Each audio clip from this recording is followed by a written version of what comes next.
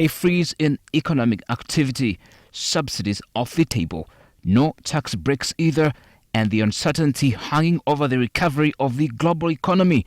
Observers are now weighing in on possible options available that policymakers can borrow to bring about some relief.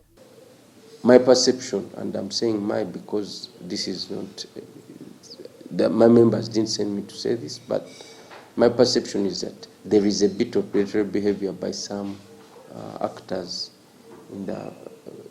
some dealers in this space, and government, I think, should do better. Government shouldn't just say, well, this is a market-based economy and so on. No, every market, if you look at the banking sector, it's market-based economy, but it's heavily regulated by a central bank.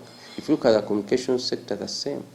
No? So that we think that prices generally shouldn't be controlled, but should be regulated so that you as a private actor who is in that space, you play fair and you play by the rules.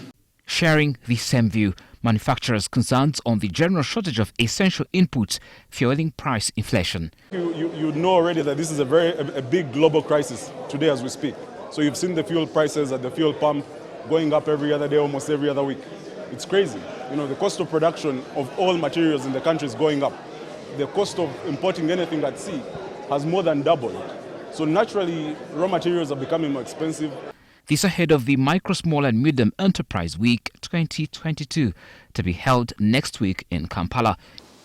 This year's events will celebrate the over 2.5 million MSMEs for their perseverance, ingenuity, triumphs and creativity in spite of the COVID-19 pandemic.